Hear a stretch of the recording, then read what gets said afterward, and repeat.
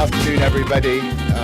We're on a seriously tight schedule. I know our chief guest has to get to University of Nairobi, Kigali, all over the world. So if I might start with just welcoming Honorable Cabinet Ministers, Aden Mohammed, our chief guest, Jack Ma, Executive Chairman and founder of Alibaba Group, the co-hosts of this event, Secretary General of UNCTAD, the mercurial Dr. Mukisa Kituyu, and of course the equally mercurial KEPSA CEO, Carol Kariuki, our esteemed visitors from China.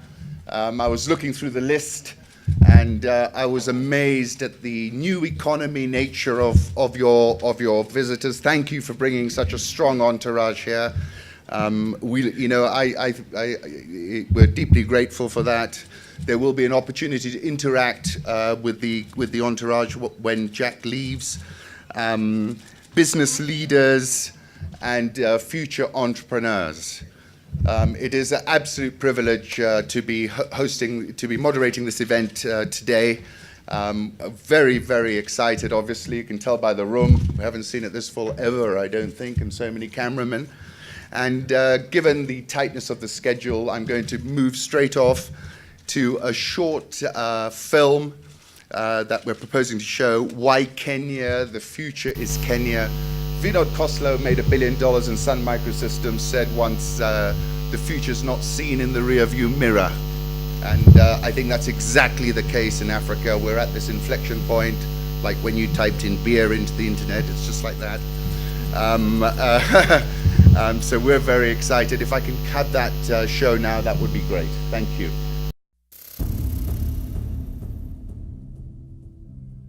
Meet these business leaders. Leaders who symbolize success in Kenya. Kenyans are go-getters. We are creators. Kenya is definitely Africa's Silicon Savannah. Kenya has one of the best educated population. Kenya is ripe for investment. Who believed in Kenya as it was. Our business is driven by the Kenyan people. Everyone with a phone has the power to grow the economy. Would I invest in Kenya again? 10 times over. Kenya is on the verge of becoming a significant global player.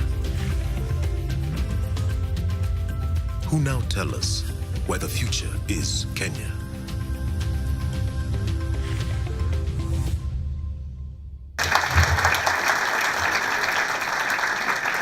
I would like to now invite the Chief Executive Officer of KEPSA Kenya.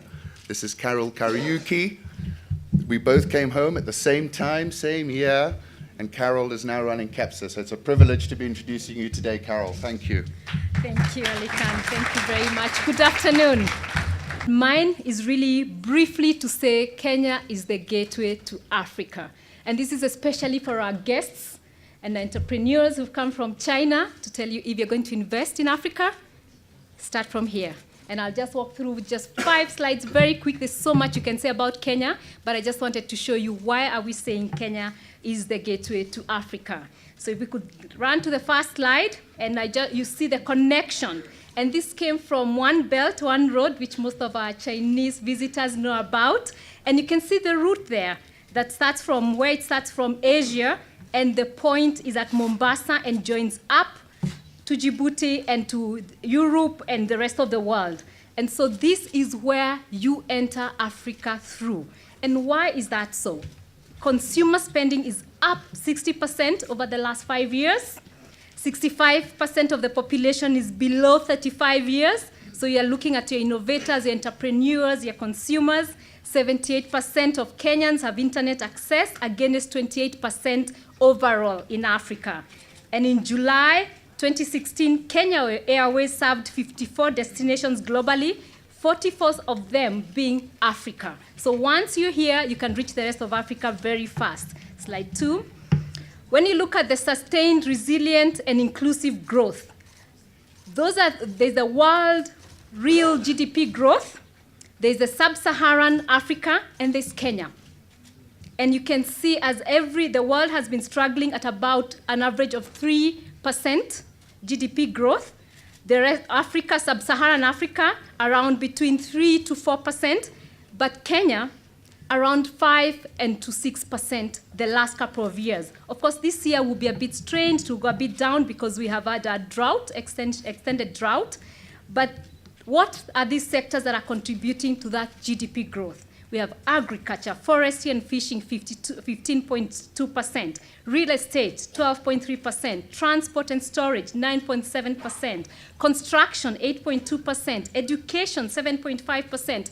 And what keeps Kenya real growing, especially with the commodity prices going down, is because of our diversified economy. And those are the sectors that are growing. The third slide.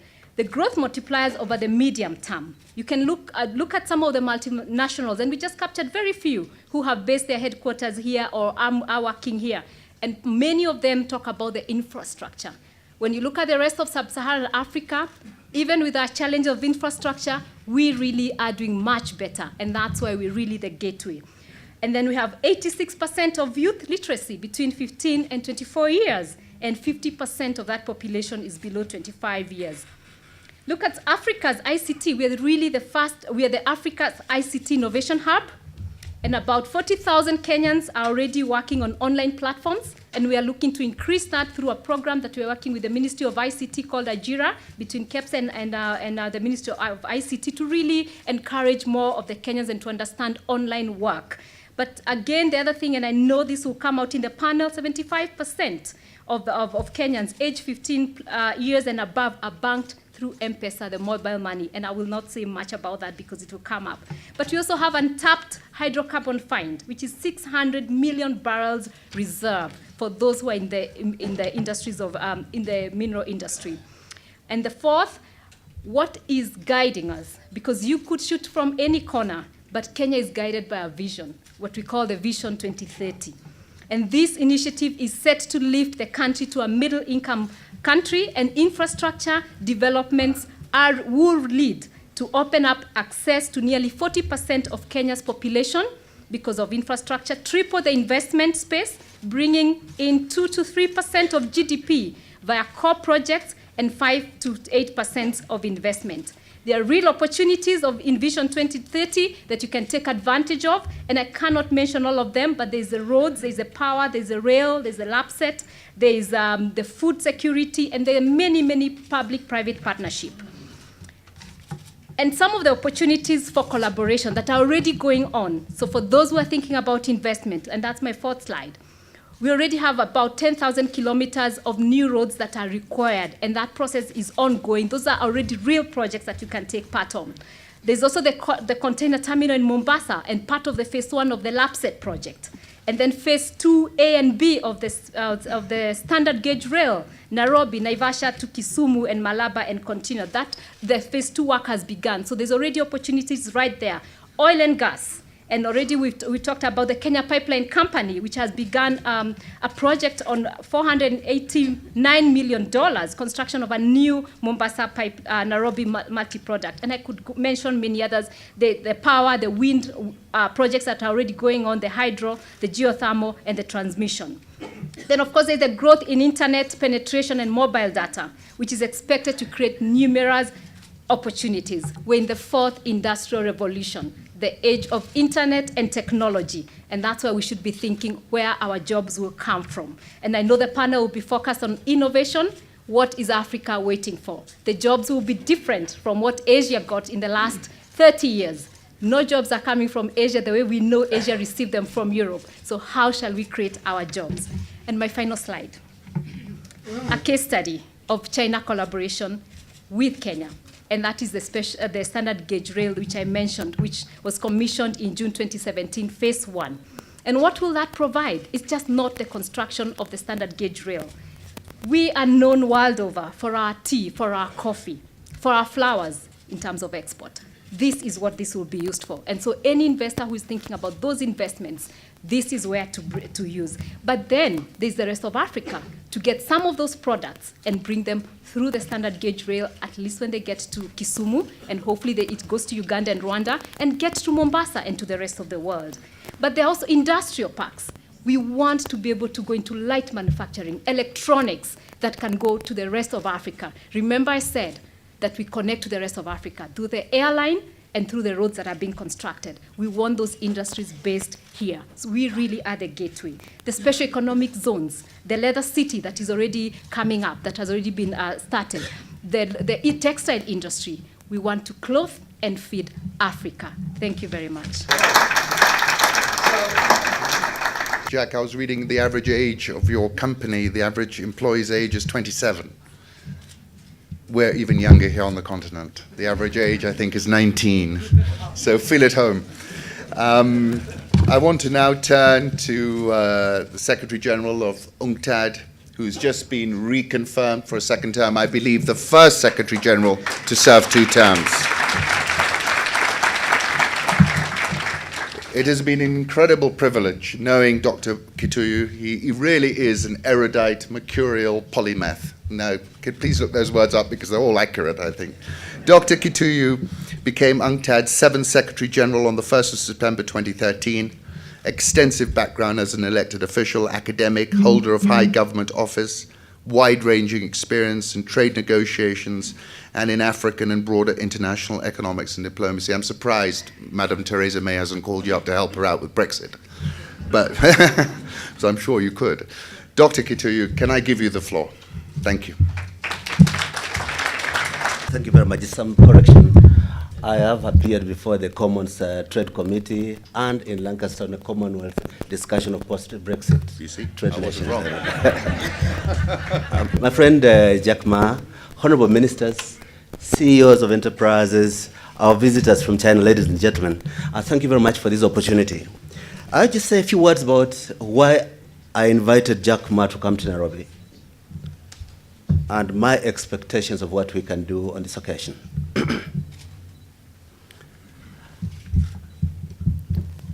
In 2015, the global value of electronic commerce reached $25 trillion US. That is only marginally less than the combined wealth of the 100 richest enterprises in the world, whose combined value is $27 trillion. In a series of international engagements about inclusive prosperity, about responsibilities to the future, I had the privilege to listen to Jack Ma before I asked him to become a special envoy of UNCTAD. And 2-3 things always stuck out for me. One, his rendition that in history, the first generation of new technology creates wealth for the innovators. And after those 2 decades, it's entrepreneurs, not the innovators, who make wealth from that technology. The second is a statement that the weakest people are those who surrender when they are defeated in one attempt to make things work. There is no heroism, there is no misery in failing, but there's heroism in always picking yourself up and going on again. And the third thing was a global awareness, at least outside the politics of Jubilee and NASA. There is a certain awareness that if you are in business and you have no visibility on electronic market, you don't exist. You might pretend for a short while that you'll increase what you sell to Burundi or expand your sales in South Nyanza, but in the emerging world, if you have no electronic visibility, you are irrelevant to the future. This brought me to 2 things. The first one was to seek Jack Ma to accept to be a special envoy of UNCTAD in the face of competition from some of the largest enterprises and UN agencies that were also interested in him. And as I mentioned to him, my success was partly because I got substantial support from the President of the World Bank and the then Secretary General of the UN, that Kituyu is the right partner. And Jack and I have never looked back since then. When we agreed since last September that he becomes an Assistant Secretary General of the United Nations, the most expensive employee under me, but whom I pay $1 per annum, Jack said, I will accept this on 2 conditions.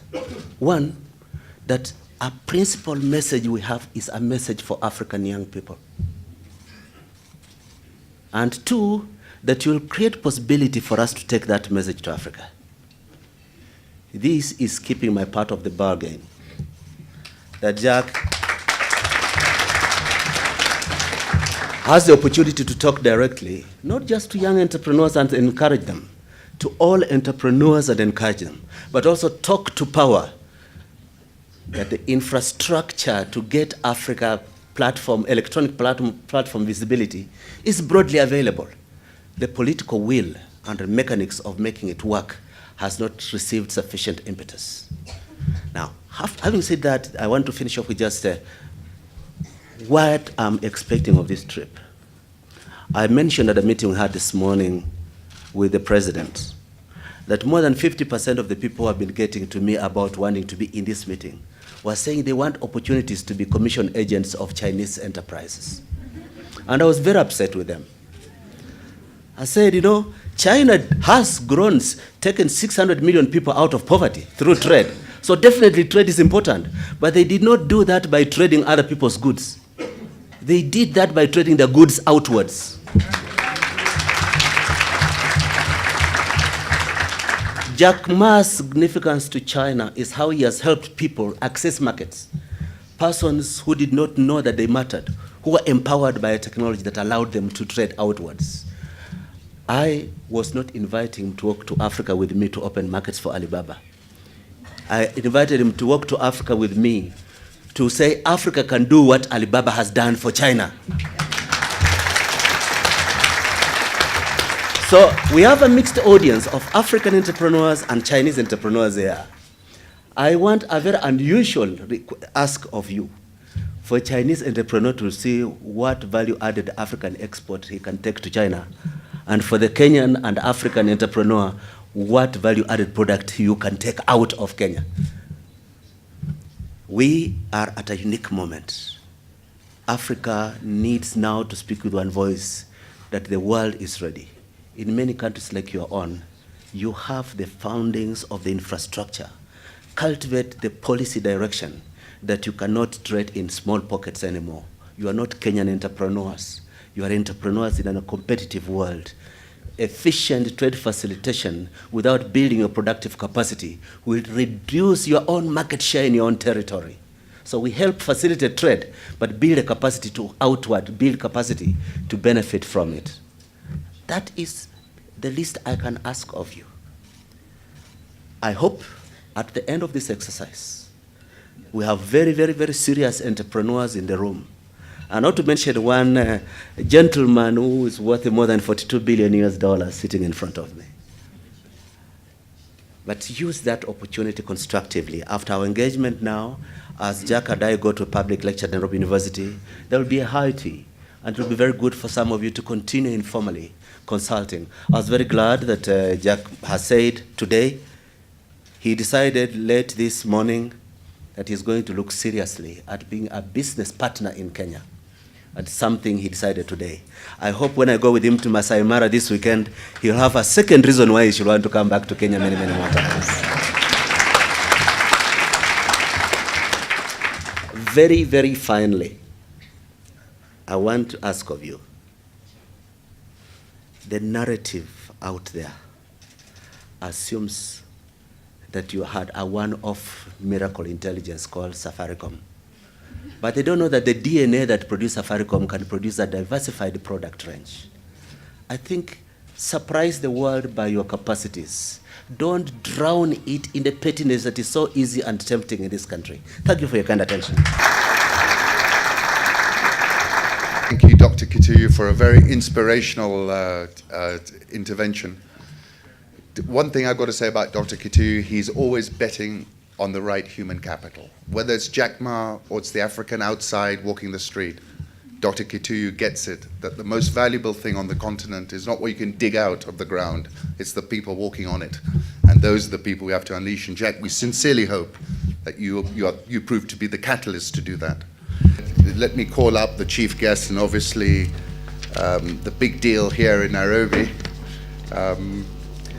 Jack Ma, obviously, while I was reading through his story, failed university 4 times, Jack, is that right? 3. Oh! Whoa! Did not get employed by KFC. Out of 24 people, 23 got hired, Jack didn't. So, let's start off with that point, right? Never give up, Jack. The first thing he typed into the internet, I believe, was beer. Apparently, the first thing people do is type in their own names. So that shows that you're not very self-centered. Raised $66,000 to start Alibaba, a company now worth, I think, $388 billion. I was teasing Mr. Collymore over there because he ranks second to you, Jack, in terms of value creation. Because he's took a company of $1 billion to 8.5. On that note, Jack, we would like you to say a few words, if you may.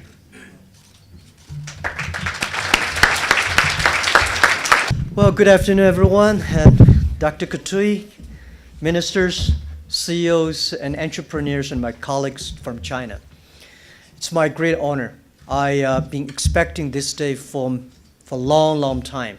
I read a lot of books, saw a lot of movies, and when I see the Africa, when I see the wonderful land, I always turn on the TV and start to see. I think my daughter also saw a lot of Africa stories and Africa pictures with me, together with me. And today is my first morning arriving here. In the past few hours, I upgraded my understanding of Africa. Because I have high expectation. Normally when you have a high expectation, you have a disappointment. But I was so excited this morning. I'm excited by this land, excited by the people here. The whole world today has a lot of worries, concerns. But Africa, you see the expectation. You see the passion. People here want to change. This is what exactly I saw 20, 30 years ago in China. We also worried 20, 30 years ago. China worried a lot. Even when everybody says China is going to join WTO, the Chinese people say, oh my God, when China joined WTO, the wolf will come to China. But after 20 years, people think China is like a wolf because we grow up. And today the world worried, but Africa, you see, this morning I met so many excellent young entrepreneurs. The ideas they have, the passion for the future, and the belief they have for the future. This is what the human being need. This is what economic need. It's the people. People say we don't have Africa, we don't have infrastructure. Well, what we need is not necessarily the infrastructure. It's the people's passion. It's the people's belief for the future, especially young people. And I think what we did in China when I started my business in my apartment 18 years ago, there's no infrastructure at all. No mobile phones.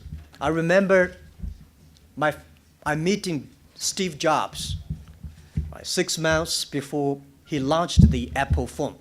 We talked for 1 hour. At that time, we had no idea what his smartphone looked like. He did not mention anything about smartphone. He asked me a lot of questions about mobile phones. But things changed so much. The mobile phone changed the world. And most possibly that because why e-commerce grows so fast in China? Because we had a terrible infrastructure of commerce. Because the infrastructure of commerce in China is so bad, and USA, the infrastructure of commerce is so good. So USA e-commerce is a dessert for China. It's become the main course. And China did not. People keep on challenging me. So you don't have a credit system. You don't have a check system. Why? How you can do e-commerce? You don't have internet infrastructure. You don't have this. You don't have that. How can you do it? I said because we don't have this and that. We have entrepreneurs. We start to build. Entrepreneurs, real entrepreneurs, never wait for infrastructure. We build infrastructure. So, where in the world is supposed to have the best infrastructure for doing e-commerce? Europe, they have the best infrastructure. But why they not? They worry too much. They worry about security, privacy, and law, and this and that. When you start to worry, you don't have a future. We know there are a lot of problems, but this time in Africa, I see the passion, I see the belief, and I would say, finally, the world in the next 30 years is going to change so big, so scary, that most people cannot expect. The first technology revolution takes about 50 years. Second technology revolution takes about 50 years. And every time, the first 20 years is about the technology. The next 30 years is about implication of the technology. Internet has just passed 20 years. Next 30 years is about application of the technology, of the internet, using the internet. It's not the internet company is going to win. It's those companies using internet will be winning. It's not the entrepreneurs. Every entrepreneurs will be online, which we call netpreneurs. So please pay special attention to the next 30 years. Car was not invented in America, but America using the car good. Electricity was not invented in America, but America using electricity well. So of course, internet is not invented in Africa, but African young people can definitely use it better. And please pay special attention to those people who are below 30 years old, because those are the people never scared of using and trying new things. In this world, the most difficult thing is to convince successful people, because they all live in the yesterday.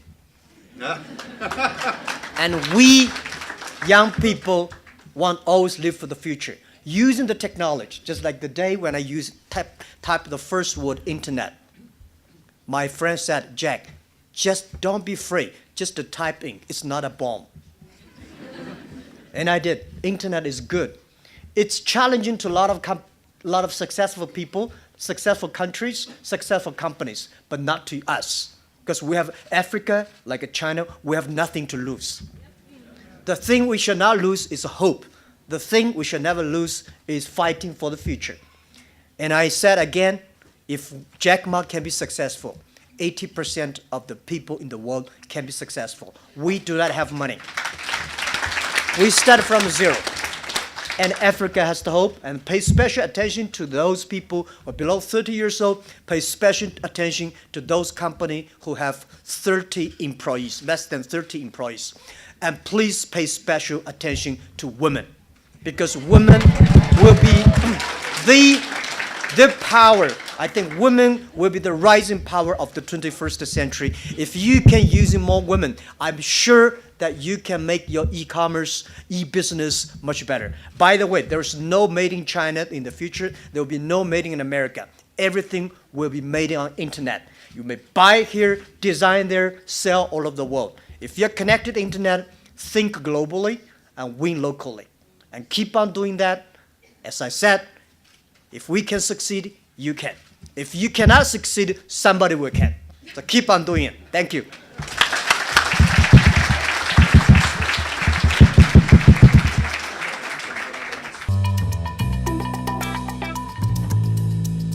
So we were hoping to have a very short, sharp, machine gun fire conversation going here real quick. So I'm going to speed things up by talking really quickly.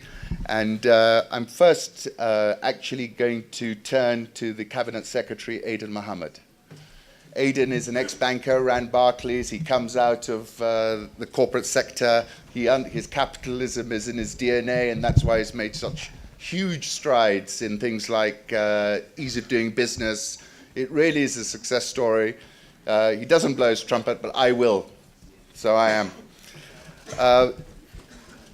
Aden, what are we doing to make this the most attractive destination for folks like the man on your left, so that it's a no-brainer question that comes to Kenya and there is no competition? Well, thank you very much. And first of all, I'd like to thank Jack for his visit here to Kenya. I understand it's his first visit on the continent of Africa, and he's chosen Kenya to be the first stop. So it says a lot about what you think about the continent, but also Kenya. And for those many Kenyans who send me some goodwill messages, thank you very much. I'm still around. Siniko sawa. So, I think one of the things that I really admire about today is it reminded me of my business school days when you have inspirational leaders who have made it in life, gone through probably one of the most interesting process to get to where they are. It's very easy to see people when they have reached where they have, but very little is shared in terms of the experience and how people go to that particular point. And when I, watch Jack speak, it really tells a story about the opportunities that many young people, especially on the continent, face. And so this is an opportunity we must grab, and I hope in the next few hours that he's around, we'll be able to get a lot more. As government, one of the things that we appreciate and really try and work hard on is to deal with the issues of young people. It is probably one of the most talked about topic, but yet one of the most challenging to actually fix. So if you look at the manifesto for the major political parties today, those issues are the headline, but the execution and making it happen is oftentimes the most difficult thing to do. But as government, what we try and do as much as possible is to make it possible for people like Jack and many others, entrepreneurs, to actually thrive in achieving their dreams to make things work. And so, as you mentioned, Ali, the issue around improving our business environment has been the cornerstone of our program in making it easy for entrepreneurs, middle businesses, large businesses to thrive. But what we are experiencing and what we are hearing today really is an example of how the shift from the few big businesses that have proven themselves to the millions of small businesses that today contribute so much in our country, but have the potential to leapfrog, shifting away from brick and mortar infrastructure to technology platform. And who better to share some of those experiences than someone like Jack and the Alibaba group to actually share to see how we can move a lot. So I would not go into a lot of details in terms of sharing. Carol has talked a bit about what we have been able to achieve. In the last 2 years in a row, Kenya has been recognized by the World Bank Group as the third most improved economy in the world in terms of improving its business environment.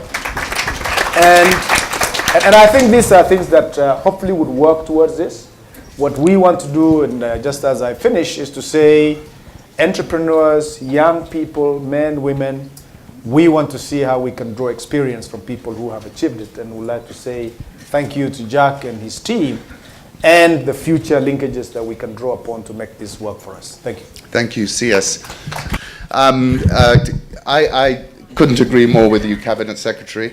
I'm going to turn to Dr. Kituyu with a question. We were talking yesterday, and you're so passionate about creating, I think what we're talking about is allowing 1 billion flowers, 1 billion Africans to bloom, as it were, and how do we do that?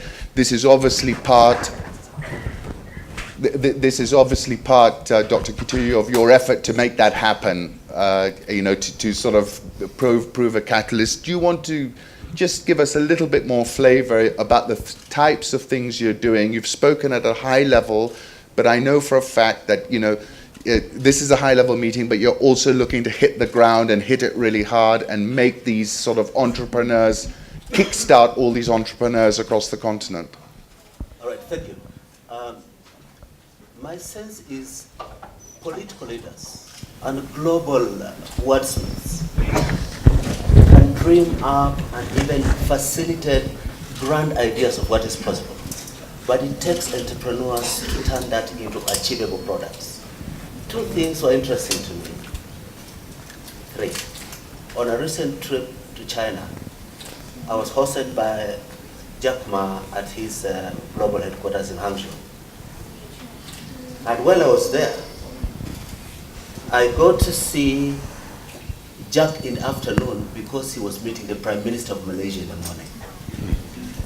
And what had the Prime Minister of Malaysia come to ask of Jack Ma? That he saw that Alibaba had built capacity in China. It's not just about looking out for trade, but that you're demonstrating you can grow small, vulnerable producers in your country through an electronic platform presence. And Malaysia was saying, can you help us be the second country to do what you have done in China? This morning, in the presence of the President of Kenya, I told Jack, one of the reasons I brought you is to ask you this before the President of Kenya. Can Kenya be the next one after Malaysia? Not necessary. Now, that's what happened when I was in Hangzhou. But after Hangzhou, both Jack and I went to the One Belt, One Road Summit, where we were with President Kenyatta. And the President of China, in the many things he said, had two things that I thought were very important in this country. The first one was an announcement that it is now official policy of the Chinese government to help build capacity in the National Standards Bureau of developing countries, especially in Africa, for them to administer the Chinese standard, which will allow more export of African produce to China without facing the risk of rejection because of standards at entry point. That is a very important thing for those of us in international relations. But the second one is that the only point on the African continent where the One Belt, One Road route touches Africa is Mombasa. That's right. I saw on a map there a route being taken towards Cairo. That was not in the original thinking. Out of Mombasa, the route should go towards West Africa. Yes. And it takes entrepreneurs, visionaries, and players, many of whom are in this audience, to facilitate that the route goes towards West Africa, does not go towards Cairo.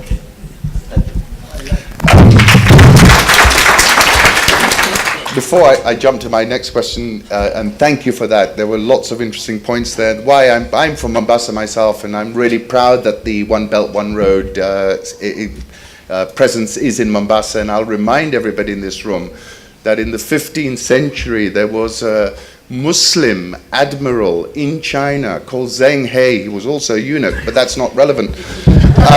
Who came all the way to Lamu, and actually they later discovered that some sailors were left behind, and they found Chinese DNA 500-600 years later from that arrival. So it's particularly sweet 600 years later. It shows you that history really moves in amazing ways. Thank you, Dr. Kitui.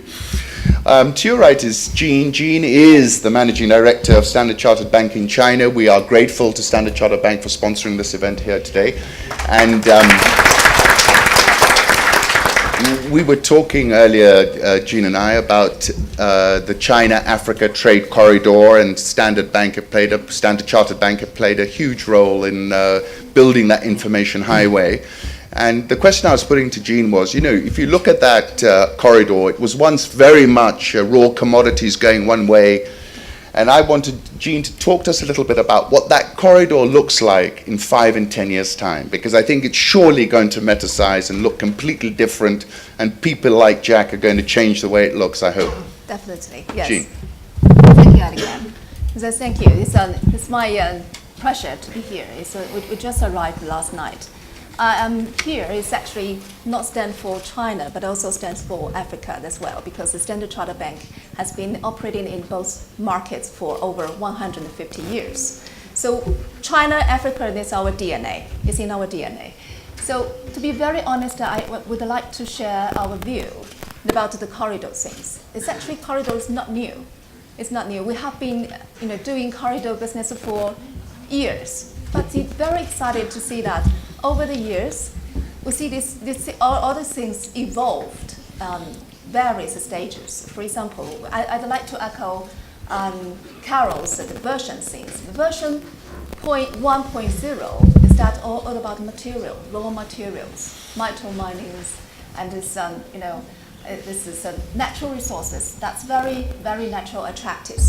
And then we come to the second version, version 2.0. It's all about huge investment to come to this market. It's about to focus on these infrastructure things, ports. We see ports, railways, and these infrastructure things. And this is very important because when the overseas investors to look at this market, the they pay very close attention to this infrastructure.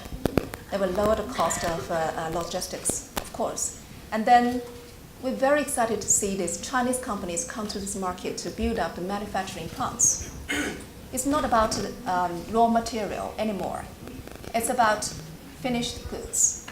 It's about to serve the local markets and to export these finished goods to all the rest of the world. So we facilitate that as well. So then we see a lot of job created in these markets. And then we see this high-tech things and all these technology things is moving, transfer to this market. We see the labor market is getting trained. And there's all these good things happening. And then trade, of course. We see trade is increasing, has been increasing very fast in the past years. So all these things is happening here. And so then when Alican asked me about what is the next, about version 3.0, I think Chairman Ma has already described the full picture for us. I don't have this answer. I think this answer actually is to come from all of you young entrepreneurs here. By the way, I would like to share my observations. If you look at the delegations of Chairman Ma's, today is bring to this event. It's all about healthcare, fintech, finance, and also all these, unconventional investors. They're coming to this market. So if you look at Kenya is not only the gateway to the whole Africa, but also it has already been the world leader in the mobile money technology, right? So this market has already achieved a lot. And then we know there is a huge plan about the agriculture. So all these kind of things happening. And China nowadays, we have an One Belt One Road initiative. And I truly believe Africa will benefit a lot from that. So if you ask what is happening in the next 5 years, I see we could see much more beyond 5 years. We are very excited to see the connection. It's all about the connections. And as an international bank of a Standard Chartered Bank, we will facilitate all the finished goods through Africa to Asia to the rest of the world. So that's all the points here. Thank you. I'm going to segue into a friend, Bob Collymore. Today, Bob, you and Safaricom are ubiquitous. If you were measuring the share of reach of Kenya, M-Pesa has had more impact on that share of reach than anything else. I remember seeing a tweet from Bill Gates about you. So it's gone so far. It's just amazing. And in many ways, it's allowed us to reinvent ourselves into something modern, which we are. Renowned all over the world for innovation. Bill Gates is tweeting about it. Bob, in your opinion, what does it take to infect the rest of the country, to create not one Safaricom, but 100, so that we're not talking about kneecapping one company, we've got 100 out there? Tell us, Bob. Because this is about innovation. I think it's what you have to do is just go solve a problem. You get a lot of people who come up with some great inventions, and inventions and innovation are two different things. So there are a lot of inventions out there which aren't solving problems. And what Jack did was to solve a problem. And he didn't look at the challenges that he had. I mean, we were chatting earlier about not having mobile phones and not having access to the internet. But he knew there was a problem to solve. And I think with us, it was also a problem to solve. And I don't know whether Batanga and Demo is in the room, but I remember him saying a little while back that in Africa, we are blessed with having very many problems. And it is in trying to solve those problems that lay the opportunity. Sadly, we tend to have this tendency that if Jack is doing something, then I'm going to do exactly what he's doing. But actually, the trick is look out for the problems and try and solve the problem, whether it's healthcare, and we have very many of our Chinese colleagues here today who are from the healthcare sector, whether it's agriculture, whether it's fintech. So I would say, let's just go out and try and solve problems. And I think we've got a bit of a plan on how we can make this thing work in other parts of the continent. I was teasing Bob earlier, saying that very few people have created more value than he has. Nick Nesbitt, chairman of KEPSA, you've been both an entrepreneur in the IT space. You're now head of IBM. What in your view does it take for us to create an Alibaba on the continent, or create many Alibabas? What do we need? What is the secret sauce that we got to put in to our dish? All right. Thanks, Ali Khan. Pleasure. That's a tough question. I think the easiest thing is to probably wave your tail and get bought by Jack Ma. But more seriously, when I think about entrepreneurship in Africa, and if anybody's doing any business seriously here, whether you're Vimal Shah or Kamal over there or Pewin Cabs over there, or even as IBM, you are an entrepreneur, because it is so difficult to do business in Africa. You're just like this the whole time. People don't show up on time. They don't pay you when they say they're going to. They don't call you back. Everybody complains they don't have enough skills. And it just goes on and on and on. And still in there, you have to extract value to keep going. And for the people who've been able to make it, you see James Mwangi sitting here and Dr. Manu, who've been able to make it, my hat goes off to them. Because as Jack was saying, Europe, America, it's all done. Here, you're still creating it. So what does it take? Like Aiden in business school, you got to sit with people, right? I got to sit like this with Steve Jobs. And you could hear the difference between them and the rest of us normal penguins was their attitude.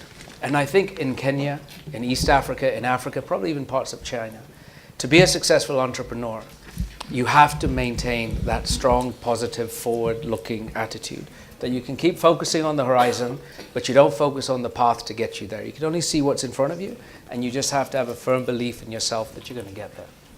And I don't think the role models that we have in Kenya today are projecting that image, that you have to work and you've got to start banging sufurias like Manu Chandaria, and then eventually you bang mabati sheets. But it's that. So we have to preserve that. That's the first thing. And I think we have to instill in our entrepreneurs the sense of, not even the sense, the strong belief that you've got to believe in yourself, you've got to surround yourself with people that also believe in it, and you've got to do everything you can to preserve that. So that's the individual. I think in terms of the environment, and as KEPSA, we're responsible for creating the right environment. The young people, the people. We've got to invest in the skills. As IBM, we're investing heavily in something called IBM DNA, which is a $70 million project called Digital Nation Africa, where we're trying to reach 25 million people on the continent and teach them the new things around analytics and cognitive computing and IoT and so on. But as KEPSA, we're also trying to create jobs in partnership with the government or even with the private sector. So we have to focus intently on creating an environment where people can work and have the skills to do it. The second thing that I think is really important in Africa is to de-risk business. And de-risking means getting data. We don't have enough data to make decisions. New technologies like Internet of Things means that we'll be able to understand healthcare, epidemics, where your car is, what's happening at your house, what's happening with your children. So I think, as Bob was saying, just solve problems. Since we have so many problems, how do we use data to solve that? And the third thing that I think perhaps Jack has solved, but we really need to solve in Africa, is supply chains. You just don't have any predictability in what is coming to you. I think even in the States, Jeffrey Bezos talked about the last mile in delivery for Amazon was a big challenge. In Kenya, we got problems with addresses, you got problems with border, you got so many problems. So if we can focus on, the people, getting smarter about the data so we can make better decisions, and really focusing hard on supply chains, whether it's for bananas, as Twiga Foods is doing, or whether it's for the goods coming out of the port, it's reducing the trade barriers, tariffed and non-tariffed. we can create the environment. Thank you. That's what I'd say. I've got a question. I've got a question for the chairman before I hand it over to my colleague Charles over there, who's going to take a few questions and answers. First of all, two questions actually, which is a terribly Kenyan habit, but since I'm the moderator, I will be allowed to ask two questions. Did you ever have a time when you described 3 times not going to university, KFC? Did you always have the self-belief? Did you always believe that you were going to come through the other side? No. Did you ever have dark days when you think, what's happening here? I have a lot of dark days. Even till today, I have a lot of dark days. But what am I going to do? Cry? You have to face it. Because when it's not a good feeling when you're rejected. As I say, I'm applying for KFC waiter. 24 people go, 23 accepted, and I was the only one left out. Then at least that. Okay, so it's not. I had a lot of terrible days. Now I talked to the young people this morning, young entrepreneurs, that I had much more trouble than all the people put together. But you have to face it, because it's like solving problems. The value of entrepreneur is to solve problems. I complained Bill Gates 30 years ago. I don't like IBM, I don't like Oracle, because I believe these guys taking all the opportunity we're supposed to have. And then I calm down and say, well, so what value I can bring to the neighbors, to the people I know? What the difference again? Because if you can solve the problem for the others, the bigger problem is the bigger opportunity will be. When most people start to complain, calm down. How can you solve it? Most people complaining all their life, and these people never have a chance. You're spot on. So this is what I say, that if I got problems, what should I do? Crying or complaining? Solve it, because you cry, the problem is there. You complain, the problem is there. So you solve it, and then if you really happen to solve the problem, that's the opportunity. So I think I'm coming here not to inspire the Africa. I think I'm inspired by you guys. I bring my colleagues here, those successful Chinese business people. As I said, it's very difficult to find another Jack Ma in China, but you may find a lot of Jack Ma's in Africa. Wow. Right? This is. You see, in Kenya, I was surprised by the speed of the internet. Thanks. Oh yeah, we're moving fast. And this means Kenya is connected to the world. And in the future, as I said, more than 80% of the business must connect to the internet. So Kenya is connected to the world. How can we sell things across this thing? If for us, people say, Alibaba, you are that big size, right? Our GMV sales last year, $550 billion US, which rankings number 21 country GDP in the world. So say, oh my God, you're so big. Then where will you go? Without a big vision, without thinking about what problem you can solve to the world, you will never grow fast. Even our size this year, our revenue this year, we still have 45 to 48% growth. Wow. And where did this come from? Where does the money come from? The money comes from solving problems for the others. We believe that in next 20 years, we want to help to build up an online community that can enable every young people, every small business. If you want to sell globally, we help you. If you want to buy globally, we help you. If you want to deliver globally, we help you. And if you want to pay globally, we help you. If you want to travel globally with just a mobile phone, we help you. Only by solving these problems, these are the problems small businesses hate and they worry. If we can solve this problem, that's our revenue come from. So I think African, all the entrepreneurs, think about what problem you solve for the others. And I spend most of my time thinking about what the problem the world is going to face in China in 10 years, what problem China is going to have in the next 5-10 years. And think about, because we cannot compare to the other people who has a rich father or powerful uncle. The only thing we can compete is who can imagine 5 years later what the problem China will be, and let's start to prepare now. When the problem comes, I have a solution. And that solution is where the money comes from. That is the way we compete. This comes to hand over my second part of the question. What does it take to get you 41? You said, I think everyone said 41 billion. So if sub-Saharan Africa is 2.5% of global GDP, what's 2.5% of 41 billion? 4.1. It's $1 billion, Jack. How do we get your portfolio properly allocated? How do we get that $1 billion allocated to Africa? That's my question, and hopefully all to Kenya, because that is actually a market-neutral strategy. Well, I think first, how did we realize our goal dreams in day and night work, and day and night painful work, and never give up, and finding good people. So what I see Kenya this morning, for a short time, I see so many young people with the ideas. Those ideas are as good as the ideas I've heard in Silicon Valley, in China. I never expect I would see so many great ideas this morning. And the speed of the internet and the passion for the future. These are the basic things. And I would say is that think about the world is going to be data-driven.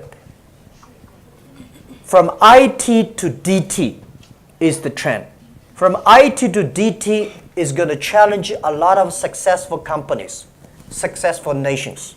Because IT guys have to change themselves a lot to move to DT. For people like us, we don't have anything. So we start to do DT directly. And the other thing is the business of manufacturing is going to be, it was B2C in the past century. In the future, will be C2B, consumer to business. In the past 20 years, we make people like a machine. Next 20 years, we will make machine like a people. So all these big changes means opportunity. And what for us, I've been thinking a lot in the past 2 hours what we can do, what we can bring, what problems we can solve to Africa. So I think the thing we want to do is looking for good partners. And we will join the force together with the corridor and then investing in the environment that empower those entrepreneurs. And the very, very important is the partners. Because, and I talked to the president and Dr. Katui this morning, thinking about, Kenya with the great infrastructure you have here, you might be a hub, e-hub, which I say in the older days called the Silk Road, in the future called the E-Road. So you need to use this hub to all the things come to Africa, all the things Africa going to the world have to go through this kind of things. So I have a lot of ideas, and these ideas I have to digest and discuss with my friends and colleagues, and I will come back again and do something more. Thank you very much. Very good. Fortunate, but I must say this 1 hour has taught me more than I learned in many, many years at school. Charles, it's over to you, and then we're going to have some closing remarks from the Platinum Secretary. Thank you. Chairman Jack Ma, Dr. Kitui, the CS, and all the great entrepreneurs here. We are privileged to have Jack, and we will then be able to ask him a few questions. Unfortunately, we are pretty pressed for time, so I think we will take possibly just 5 questions. Carol spelled out the opportunities that abound in Kenya. Dr. Kitui talked about trading your goods outwards. And Jack Ma said it is not infrastructure, but passion. So along those lines of innovation, what is Africa waiting for? I will also allow some questions from the Chinese delegation here to the Kenyans about the products and the finished goods that they might want from here, and some questions from Kenyans possibly to Jack. So let's see, where do we begin? Maybe we'll take one at a time. I'll start with the lady over there. Please, keep the question brief. Do not give us the story of your life. Just ask a straight question. Yeah. Yeah. Thank you very much. My name is Nyakan Munyeki. I'm the CEO for Timeless Women of Wonder, driving Africa's social and enterprise transformation through enterprise development and focusing on women. I'm also the chair of the Global Innovation Society of Kenya. We have some innovators in the room. My question goes to, and thank you very much for the feedback on the panel. My question goes to Jack Ma and CS Adan Mohammed. Any other panelists can support that. In building access to markets, and especially opening up China goods for the world, I'd like to know how the government of China made it possible for production, because there's lots of input, tax barriers, and things like that for exports. How did the government of China make it possible for Chinese to produce, and innovate very wide array of goods that were available to be sold into the public? And then to CS Adan, looking at the government of Kenya's role in helping innovators innovate and enterprises to produce made in Kenya, made in Africa goods, what are we doing to make that affordable and cheap? It's mainly not the government's job to make the innovation. It's the entrepreneurs' jobs. Okay. And fortunately or not, the government normally say we need innovation, but they probably will stop innovation, but with a good heart. It's entrepreneurs discover the need and create it. So it's the people that make the huge change. Okay. Because we have 1,000 people, I'm told, at the University of Nairobi waiting, we will just take 2 questions back to back so that he can answer. And please direct your questions to our guest. I don't think there's need to ask Adan any question. So, Dr. Kirubi. $1 billion. And the second question is the gentleman over there with the half coat. Yeah. Yes. Jack, as chairman of the brand Kenya, and my minister here, I'd like to ask you, can you be our industrial ambassador in China to bring industries to Kenya? 2, can we form an organization called AAGO-A, which means Africa Asia Growth Opportunity Act with Asia?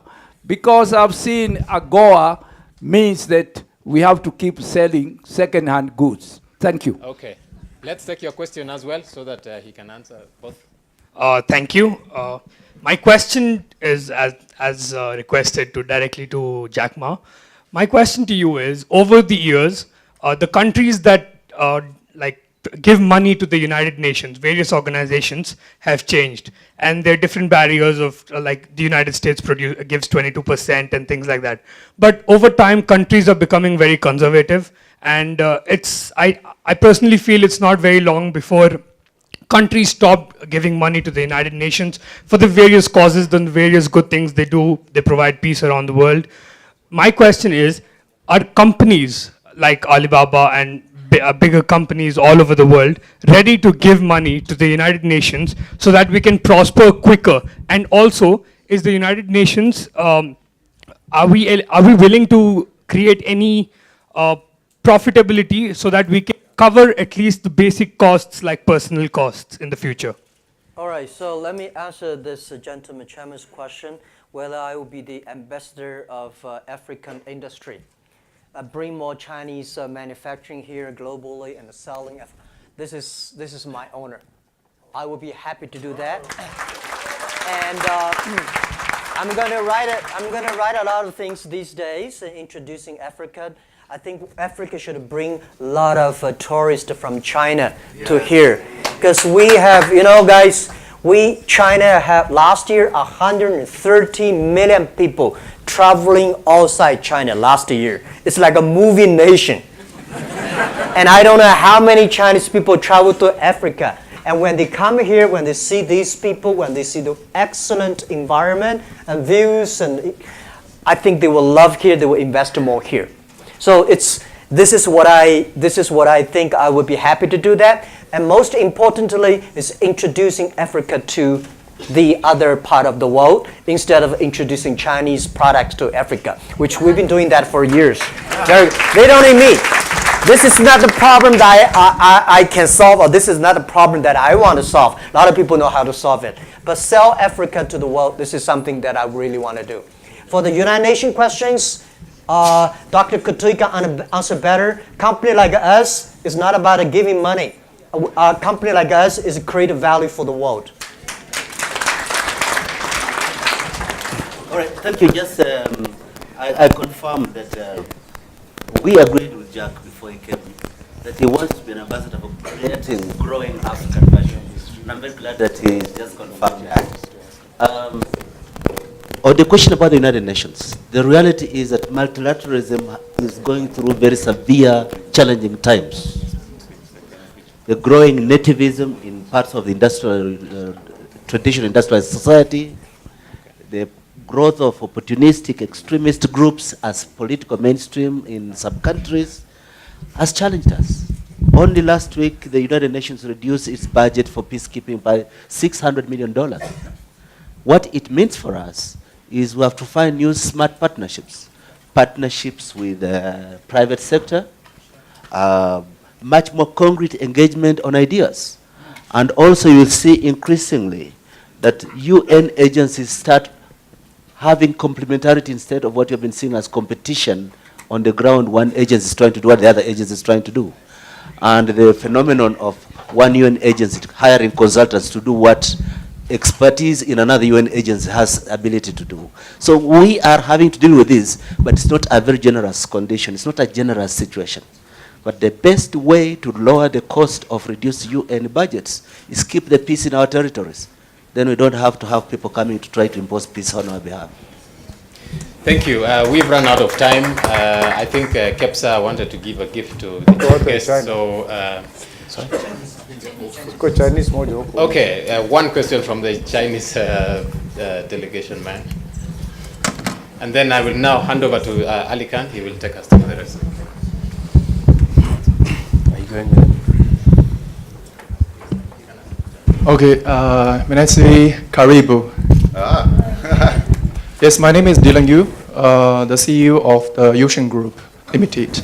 We're the local manufacturers involved in doing the business in the electrical and power sectors. My question to our chairman, Ma, today is yes, we understand you're coming today to enhance and establish the channels for electronic commerce. Yes, but I think, I don't know, in Africa, as we've been here for over 10 years.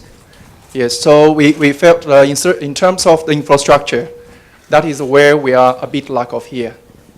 And to create more opportunities in the electronic commerce industry, we need to build up the capacity for the nation in terms of the infrastructure first, like the power, energy, the roads, all of these infrastructures.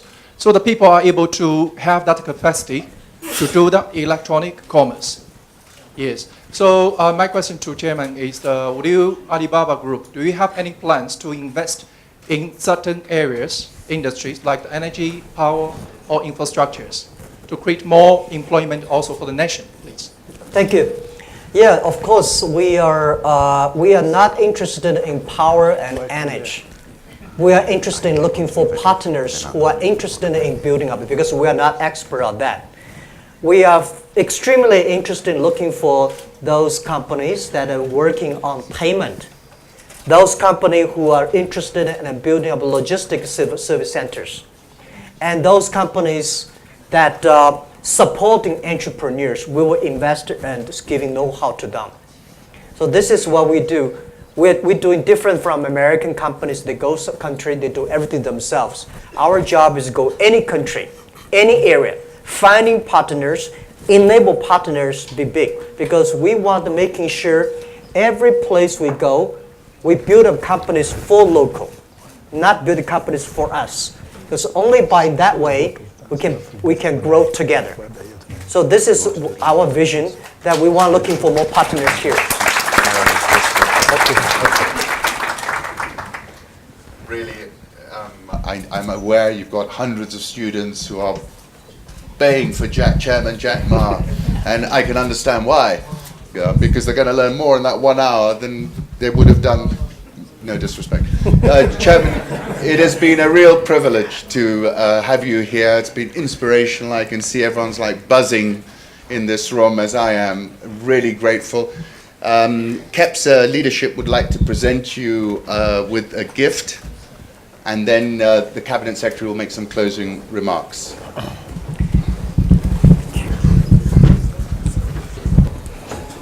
No, one sister. Here, give us a... Let me just say the reason why we are giving you a monumental lion. Thank you very much. Because we talk about Asian tigers, and we felt strongly that Kenya is part of the Africa lions. Wow. So this is what we want to remind you. So the next time you're coming, you want to be the biggest economy in Africa among the African lions. Thank you. Can we all be seen? Thank you. Thank you. Yeah? All right. Dennis, we cannot talk. Thank you.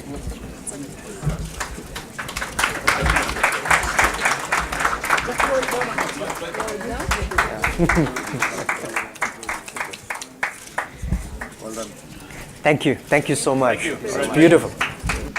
Yeah. Thank you. Yeah, I have for my colleagues. Yeah. No. Okay. Yes. Spend young people. You'll be seeing the Chandaria Center for Performing Arts video. Okay. Thank you. No, I'm not, but I'll be around. Okay, ladies and gentlemen, I think Can I introduce you to our board?